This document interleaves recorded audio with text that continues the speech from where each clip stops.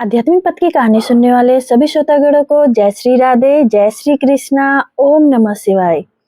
भगवान शिव के 12 ज्योतिर्लिंग देश के अलग अलग भागों में स्थित हैं।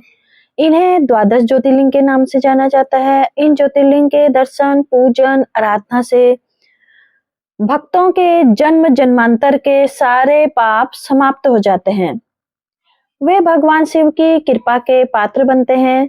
ऐसे कल्याणकारी ज्योतिर्लिंगों की कथा हमने एक साथ यहाँ उपलब्ध कराई है। सबसे पहले हमारी श्री सोमनाथ जी। गुजरात प्रांत के काठियावाड़ क्षेत्र में समुद्र के किनारे सोमनाथ नामक विश्व प्रसिद्ध मंदिर में यह ज्योतिर्लिंग स्थापित है। पहले यह क्षेत्र प्रभास क्षेत्र के नाम से जाना जाता था। यहीं भगवान श्री कृष्ण ने जरा नामक ब्यात के बाण को निमित्त बनाकर अपनी लीला का संवरण किया था। यहाँ की ज्योतिर्लिंग की कथा का पुराणों में इस प्रकार से वर्णन है कि दक्ष प्रजापति की 27 कन्याएं थी। उन सभी का विवाह चंद्रदेव के साथ हुआ था, किंतु चंद्रमा का समस्त अनुराग व प्रेम उनमें से केवल रोहिणी के प्रति ही रहता था। उनके इस कृत्य से दक्ष प्रजापति की अन्य कन्याएं बहुत अप्रसन्न रहती थी। उन्होंने अपनी यह व्यथा कथा अपने पिता को सुनाई। दक्ष प्रजापति ने इसके लिए चंद्रदेव को अनेक प्रकार से समझाया, किंतु रोहिणी के वशीभूत उनके हृदय पर इसका कोई प्रभाव नहीं पड़ा। अतः दक्ष ने क्रुद्ध होकर उन्हें क्षयग्रस्त हो जाने का श्राप दे दिया। इस श्राप के कारण चंद्रदेव तत्काल क्षयग्रस्त हो गए। उनके क्षयग्रस्त होते ही पृथ्वी पर सुधा, शीतलता, वर्षण का उनका सारा कार्य रुक गया। चारों ओर त्राही त्राही मच गई। चंद्रमा भी बहुत दुखी और चिंतित थे। उनकी प्रार्थना सुनकर इंद्रादि देवता तथा वशिष्ठ आदि ऋषिगण उनके उद्धार के लिए पितामह ब्रह्मा जी के पास गए। सारी बातों को सुनकर ब्रह्मा जी ने कहा, चंद्रमा अपने शाप विमोचन के लिए अन्य देवों के साथ पवित्र प्रभास क्षेत्र में जाकर मृत्युंजय भगवान शिव की आराधना करें। उनकी कृपा से अवश्य ही इनका श्राप नष्ट हो जाएगा और ये रोग मुक्त हो जाएंगे। उनके कथानुसार चंद्रदेव ने मृत्युंजय भगवान के आराधना का सारा कार्य पूरा किया। उन्होंने घोर तपस्या करते हुए 10 करोड़ बार मृत्युंजय मंत्र का जप किया। इससे प्रसन्न होकर मृत्युंजय भगवान शिव ने उन्हें अमरत्व का वर प्रदान किया। उन्होंने कहा, चंद्रदेव तुम शोक ना करो, मेरे वर से तुम्हारा शाप मोचन तो होगा ही साथ प्रजापति दक्ष के बचनों की रक्षा भी हो जाएगी। कृष्ण पक्ष में प्रतिदिन तुम्हारी एक एक कला क्षीर्ण होगी, किंतु पुनः शुक्ल पक्ष में उसी क्रम में तुम्हारी एक एक कला बढ़ जाया करेगी। इस प्रकार प्रत्येक पूर्णिमा को तुम्हें पूर्ण चंद्रत्व प्राप्त होता रहेगा। चंद्रमा को मिलने वाले इस वरदान से सारे लोगों के प्राणी प्रसन्न हो उठे। सुधाकर चंद्रदेव पुनः 10 दिशाओं में सुधा वर्षण का कार्य पूर्ववत करने लगे। शाप मुक्त होकर चंद्रदेव ने अन्य देवताओं के साथ मिलकर मृत्युंजय भगवान से प्रार्थना की कि आप माता पार्वती जी के साथ सदा के लिए प्राणों के उद्धार्थ यहाँ निवास करें। भगवान शिव उनकी इस प्रार्थना को स्वीकार करके ज्योतिर्लिंग के रूप में माता पार्वती के साथ तभी से यहाँ रहने लगे। पावन प्रभास क्षेत्र में स्थित इस सोमनाथ ज्योतिर्लिंग की महिमा महाभारत, श्रीमद् भागवत कथा तथा स्कंद पुराण आदि में विस्तार से बताई गई है। चंद्रमा का एक नाम सोम भी है। उन्होंने भगवान शिव को ही अपना नाथ स्वामी मानकर यहाँ तपस्या की थी। अतः इस ज्योतिर्लिंग को सोमनाथ कहा जाता है।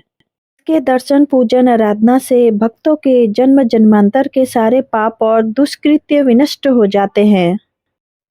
वे भगवान शिव और माता पार्वती की अक्षय कृपा का पात्र बन जाते हैं। मोक्ष का मार्ग उनके लिए सहज ही सुलभ हो जाता है। उनके लौकिक परलौकिक सारे कृत्य स्वयं सफल हो जाते हैं। दूसरा हमारा ज्योतिर्लिंग है श्री मल्लिकार्जुन ज्योतिर्लिंग। आंध्र प्रदेश में कृष्णा नदी के तट पर दक्षिण का कैलाश कहे जाने वाले श्री शैल पर्वत पर श्री मल्लिकार्जुन ज्योतिर्लिंग स्थित है। महाभारत, शिव पुराण तथा पद्म पुराण आदि धर्म ग्रंथों में इसकी महिमा और महत्ता का विस्तार में वर्णन किया गया है। पुराणों में इस ज्योतिर्लिंग की कथा इस प्रकार से वर्णन है। एक समय की बात है, भगवान शंकर जी के दोनों पुत्र श्री गणेश और श्री कार्तिकेय स्वामी विवाह के लिए परस्पर लड़ने लगे। प्रत्येक का आग्रह था कि पहले मेरा विवाह किया जाएगा। उन्होंने लड़ते झगड़ते देख भगवान शंकर और माँ भवानी ने कहा, तुम लोगों में से जो पहले पूरी पृथ्वी का चक्कर लगा कर आया, यहाँ वापस लौट आएगा, उसी का विवाह पहले किया जाएगा। माता पिता की यह बात सुनकर श्री कार्तिकेय स्वामी तो अपने वाहन मयूर पर विराजित हो तुरंत पृथ्वी प्रदक्षिणा के लिए दौड़ पड़े। लेकिन गणेश जी के लिए तो यह कार्य बड़ा ही कठिन था। एक तो उनकी काया स्थूल थी, दूसरा उनका वाहन भी मूषक चूहा था। भला वे दौड़ में स्वामी कार्तिकेय की बराबरी किस प्रकार कर पाते। लेकिन उनकी काया जितनी स्थूल थी, बुद्धि उसी के अनुपात में सूक्ष्म और तीक्ष्ण थी। उन्होंने अविलंब पृथ्वी की परिक्रमा का एक सुगम उपाय खोज निकाला। सामने बैठे माता पिता का पूजन करने के पश्चात उनकी 7 प्रदक्षिणाएं करके उन्होंने पृथ्वी प्रदक्षिणा का कार्य पूरा कर लिया। उनका यह कार्य शास्त्र अनुमोदित था। पूरी पृथ्वी का चक्कर लगाकर स्वामी कार्तिकेय जब तक लौटे तब तक गणेश जी का सिद्धि और बुद्धि नाम वाली 2 कन्याओं के साथ विवाह हो चुका था और उन्हें क्षेम तथा लाभ नामक 2 पुत्र भी प्राप्त हो चुके थे। यह सब देखकर स्वामी कार्तिकेय अत्यंत रुष्ट होकर कौज्व पर्वत चले गए। माता पार्वती वहां उन्हें मनाने पहुंची। पीछे शंकर भगवान वहां पहुंचकर ज्योतिर्लिंग के रूप में प्रकट हुए और तब से मल्लिकार्जुन ज्योतिर्लिंग के नाम से प्रख्यात हुए। इनकी अर्चना सर्वप्रथम मल्लिका पुष्पों से की गई थी। मल्लिकार्जुन नाम पड़ने का यही कारण है। एक दूसरी कथा यह भी कही जाती है कि इस शैल पर्वत के निकट किसी समय राजा चंद्रगुप्त की राजधानी थी। किसी विशेष विपत्ति विशेष के निवारणार्थ उनकी एक कन्या महल से निकलकर इस पर्वतराज के आश्रम में आकर यहाँ के गोपों के साथ रहने लगी। उस कन्या के पास एक बड़ी ही शुभ लक्षणा सुंदर श्यामा गौ थी। उस गौ का दूध रात में कोई चोरी से दूह ले जाता था। एक दिन संयोगवश उस राजकन्या ने चोर को दूध दूहते देख लिया और क्रुद्ध होकर उस चोर की ओर दौड़ी। किंतु गौ के पास पहुंचकर उसने देखा कि वहां शिवलिंग के अतिरिक्त और कुछ नहीं है। राजकुमारी ने कुछ समय पश्चात उस शिवलिंग पर एक विशाल मंदिर का निर्माण कराया। यही शिवलिंग मल्लिकार्जुन के नाम से प्रसिद्ध है। शिवरात्रि के पर्व पर यहाँ बहुत बड़ा मेला लगता है। इस मल्लिकार्जुन शिवलिंग का दर्शन, पूजन एवं अर्चन करने वाले भक्तों की सभी सात्विक मनोकामनाएं पूर्ण हो जाती हैं। उनको भगवान शिव के चरणों में स्थिर प्रीति हो जाती है। दैहिक, दैविक, भौतिक सभी प्रकार की बाधाओं से वे मुक्त हो जाते हैं। तीसरा है हमारा श्री महाकालेश्वर ज्योतिर्लिंग। यह परम पवित्र ज्योतिर्लिंग मध्य प्रदेश के उज्जैन नगर में है। पुण्य सलीला शिप्रा नदी के तट पर स्थित उज्जैन प्राचीन काल में उज्जैनी के नाम से विख्यात था। इसे अविंत का पुरी भी कहते हैं। यह भारत की परम पवित्र सप्तपुरियों में से एक है। महाभारत, शिव पुराण एवं स्कंद पुराण में महाकाल ज्योतिर्लिंग की महिमा का पूरे विस्तार के साथ वर्णन किया गया है। इस ज्योतिर्लिंग की कथा पुराणों में इस प्रकार वर्णित है। प्राचीन काल में उज्जैनी में राजा चंद्रसेन राज्य करते थे। वह परम शिव भक्त थे। एक दिन श्रीकर नामक एक 5 वर्ष का गोप बालक अपनी माँ के साथ उधर से गुजर रहा था। राजा का शिव पूजन देखकर उसे बहुत विस्मय और कौतूहल हुआ। वह स्वयं उसी प्रकार की सामग्रियों से शिव पूजन करने के लिए लालायित हो उठा। सामग्री का साधन न जुट पाने पर लौटते समय उसने रास्ते में एक पत्थर का टुकड़ा उठा लिया। घर आकर उसी पत्थर को शिव रूप में स्थापित कर पुष्प, चंदन आदि से परम श्रद्धा पूर्वक उसकी पूजा करने लगा। माता भोजन करने के लिए बुलाने आई, किंतु वह पूजा छोड़कर उठने के लिए किसी भी प्रकार तैयार नहीं हुआ। अंत में माता ने झल्लाकर पत्थर का वह टुकड़ा उठाकर दूर फेंक दिया। इससे बहुत ही दुखी होकर वह बालक जोर जोर से भगवान शिव को पुकारता हुआ रोने लगा। रोते रोते अंत में बेहोश होकर वह वहीं गिर पड़ा। बालक की अपने प्रति यह भक्ति और प्रेम देखकर भोलेनाथ भगवान शिव अत्यंत प्रसन्न हो गए। बालक ने जैसे ही होश में आकर अपने नेत्र खोले तो उसने देखा कि उसके सामने एक बहुत ही भव्य और अति विशाल स्वर्ण और रत्नों से बना हुआ मंदिर खड़ा है। उस मंदिर के अंदर एक बहुत ही प्रकाशपूर्ण भास्वर तेजस्वी ज्योतिर्लिंग खड़ा है। बच्चा प्रसन्नता और आनंद से विभोर होकर भगवान शिव की स्तुति करने लगा। माता को जब यह समाचार मिला तब दौड़कर उसने अपने प्यारे लाल को गले से लगा लिया। पीछे राजा चंद्रसेन ने भी वहां पहुंचकर उस बच्चे की भक्ति और सिद्धि की बड़ी सराहना की। धीरे धीरे वहां बड़ी भीड़ जुट गई। इतने में उस स्थान पर हनुमान जी प्रकट हो गए। उन्होंने कहा, मनुष्यों, भगवान शंकर शीघ्र फल देने वाले देवताओं में से सर्वप्रथम है। इस बालक की भक्ति से प्रसन्न होकर उन्होंने इसे ऐसा फल प्रदान किया है जो बड़े बड़े ऋषि मुनि करोड़ों जन्म की तपस्या से भी प्राप्त नहीं कर पाते। इस गोप बालक की 8वीं पीढ़ी में धर्मात्मा नंद गोप का जन्म होगा। द्वापर युग में भगवान विष्णु कृष्ण अवतार लेकर उनके यहाँ तरह तरह की लीला करेंगे। हनुमान जी इतना कहकर अंतर्ध्यान हो गए। उस स्थान पर नियम से भगवान शिव की आराधना करते हुए अंत में सीकर गोप और राजा चंद्रसेन शिव धाम को चले गए। इस ज्योतिर्लिंग के विषय में एक दूसरी कथा इस प्रकार कही जाती है। किसी समय अवंतकापुरी में वेद पाठी तपोनिष्ठ एक अत्यंत तेजस्वी ब्राह्मण रहते थे। एक दिन दूषण नामक एक अत्याचारी असुर उनकी तपस्या में विघ्न डालने के लिए यहाँ आया। ब्रह्मा जी से वर प्राप्त कर वह बहुत शक्तिशाली हो गया था।